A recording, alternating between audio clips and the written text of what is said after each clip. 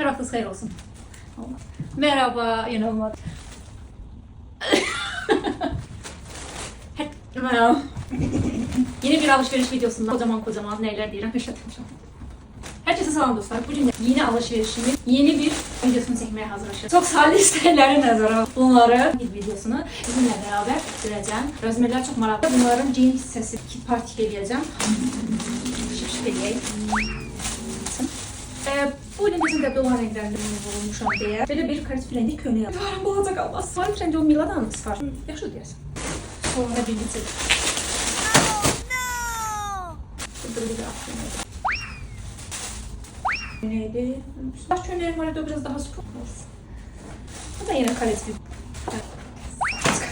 Çok beğendim. Bu böyle arkasında böyle bir detay var. Çok güzel.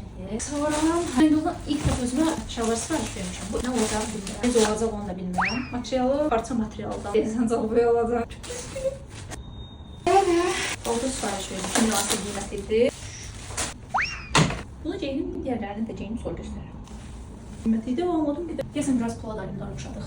Önemli olan evde olmasa da bəzən lazım olurdu. Qəşəngdir. Günlük bu qədər deyil alışverişimiz. Bir də kabura nələr sipariş verərək bilmirəm. Köynəkləri narahatdır mənə ki. Onu çəkib göstərəcəm sizə. Sizə də mənim üçün maraqlıdırsa izləmədə qalın. En yaxın zamanda gələcək. Öpürəm sizi. Bay bay.